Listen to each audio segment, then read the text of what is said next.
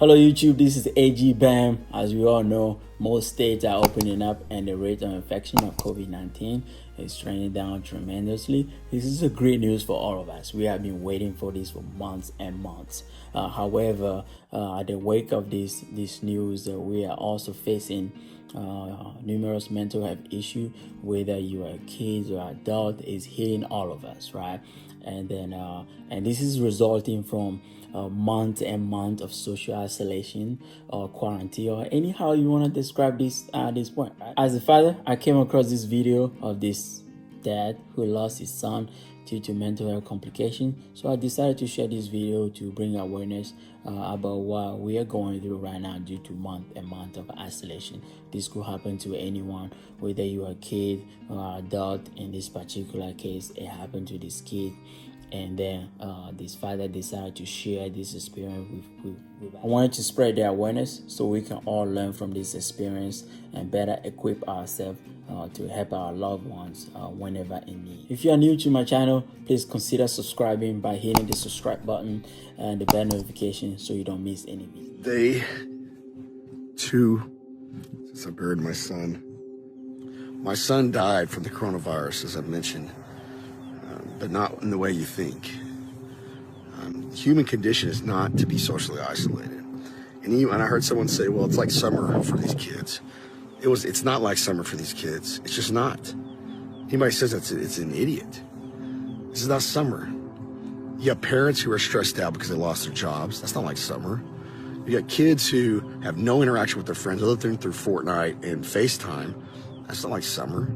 You have kids who can't go run off their energy at PE class. They can't get that one hug from their teacher that they needed. There's social and emotional challenges beyond comprehension. And we're only going to begin to understand the effects, and it will be incredibly hard to track and incredibly hard to prove my thesis because the network effects of how this all happened, the butterfly effect, is too complicated. But my belief is that we have a bubble, a social and emotional bubble that's about to burst, and it's been coming for a while. I think Hayden was an incredible kid. He wasn't depressed. He wasn't someone who moped around. I mean, like any teenager, he was hard on himself at times. Probably a lot like me, pretty competitive guy. And like anybody, had his own insecurities here and there. My son, the story behind my son, for those who want to know, back in December, he got a brand new monitor for Christmas. That's what he wanted. He was a big time gamer, and I got nothing wrong with gaming. That's what he wanted, to play Fortnite. He's an incredible Fortnite player, one of the top for his age in the country. And I'm very proud of that gift, and that one was wonderful for a couple months, right before the virus started. Back in February, like I used to do when I got mad at Mike Tyson's Punch Out or whatever it was, he got mad at Fortnite, turned around and chunked that controller over his head again, just like I used to do, and hit smack in the middle of that monitor, broke it. And we told him, son, you can't do that. I don't care about the monitor, but I care about how you react. It's just, you can't do that. When you're not getting another one. Sorry, dude. And he negotiated and tried every which way to convince us, talking to my dad, we call him Pee-Pee, trying to get him to fix it, and you can't fix those new LCD monitors, or not cheaply at least. And but we said, you know what, if you opportunity to learn a lesson, do some hard work of your own, do some more chores around the house, you treat your sister nicer, maybe we'll talk about it, we'll get you one. And he held up his end of the bargain. February, March, he worked his butt off, did some things around the house, did many things around the house. I could see just a wonderful change in how he treated his sister, which brother and sisters always fight. There's nothing unusual about that, but just learning. He was evolving, he was growing, he was becoming a man, 12-year-old boy. And, a week and a half ago, we had a wonderful day. Where me and Hayden were supposed to go get haircuts at my office. Both of us were getting shaggy as can be. And my water in my well went out. And I needed help to fix it, so I called the smartest guy I know, which was my dad. And I hadn't seen him because of the virus. I hadn't allowed him to go to work. I said, you got to work from home, man. I was worried about my dad just like everybody else. But he came over, helped me fix the well. It was a beautiful sunny day. We had a glorious time. Me, Hayden, and him fixing it. My dad even gave him a little mission that he had to watch something on the well. He was real proud of that. And I remember Hayden come up to me in the kitchen. I gave him the biggest hug, and I kissed him on the hair.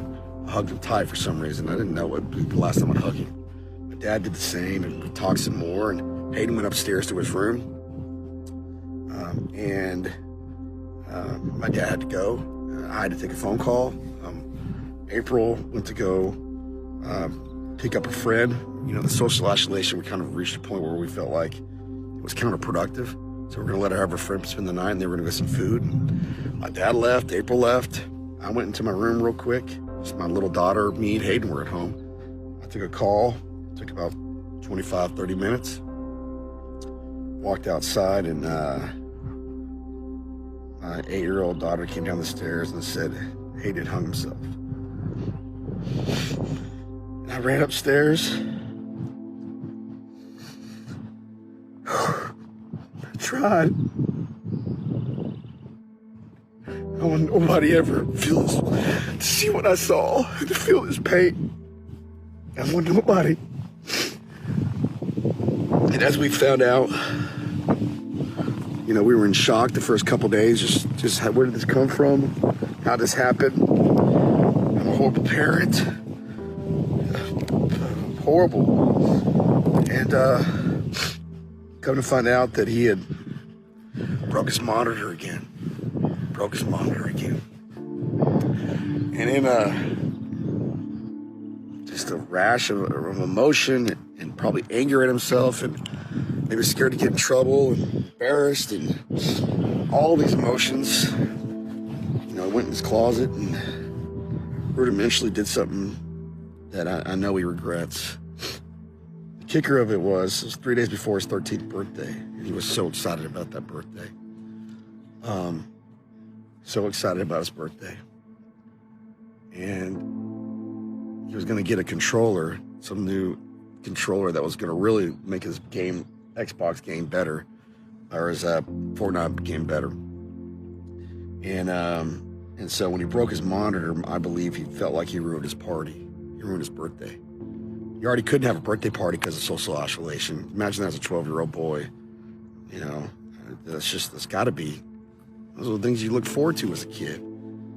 And then you accidentally ruin it because you break your monitor and you aren't going to be able to use your birthday present here in a couple of days, and you can't go see your friends. And you're stuck. You didn't have PE class and run it all out, and all those things. Everybody's playing Fortnite across the country. Kids are staying up later than they are, so they don't have the skills.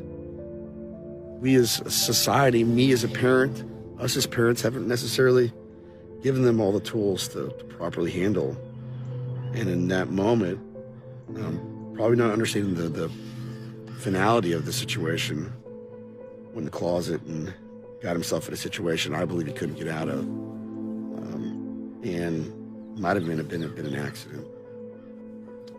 My 8-year-old daughter saw some of it. We don't know exactly what. We'll let the counselors, professionals help us on that. But I know once she saw blood coming out his nose, she came and got me. She did the right thing. I don't think she even knew what was happening. She knew blood. She came and got me, ran upstairs. I didn't have my cell phone on me. And I told her, go get my cell phone downstairs. And she ran downstairs just like an amazing human being and got it for me. And I happen to have an AED, an automatic electronic defibrillator, in my house. And I said, go get that medical thing out of the pantry. She'd never seen it, didn't know what it was. And she brought that to me. Very proud of her. She was ready to execute. And I said, hey, you go outside and go. I'd called 911 by this point. I said, go outside, keep the door open, and wait for the cops. Wave them down. She ran outside as fast as she could. One thing I'm just immensely proud of her about is during that moment, about a year ago, we had done some training in my house. I'm a West Point grad, and probably should have done more training, but I said, hey, if there's ever an issue, you go run over to this guy's house, and if there's ever another issue, or if you can't get him, you go run to this guy's house.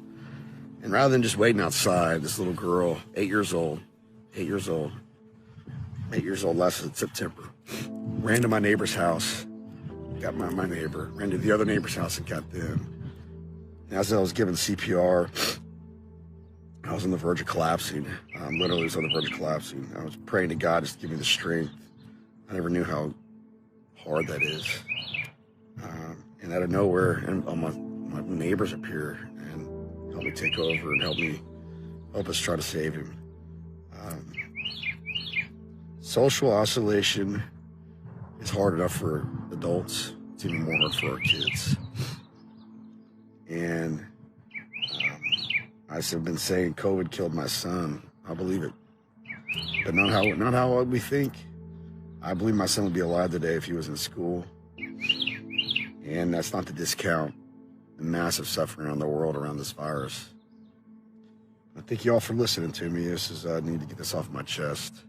I'm now one of Hayden's soldiers, who was a soldier of God. And what's a horrible tragedy, I'll be damned. I'll be damned if I don't make this a little bit better. And politicians, for those of you who made the decisions you made, I know you're not perfect, but there's got to be accountability. And not accountability like I'm doing it in a bad way. Accountability in what's legally right, my rights as a citizen, which is to speak out, which is to influence change. And if I don't think you're a good enough leader, I can spend my pocketbook and my time and my effort to get you out of there. I don't want my son to just remember to be the last mistake he ever made.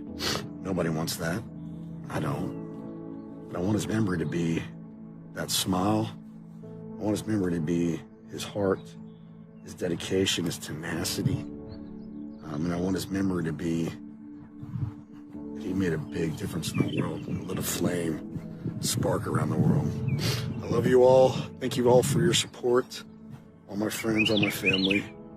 And buddy, see you soon. Thanks, guys.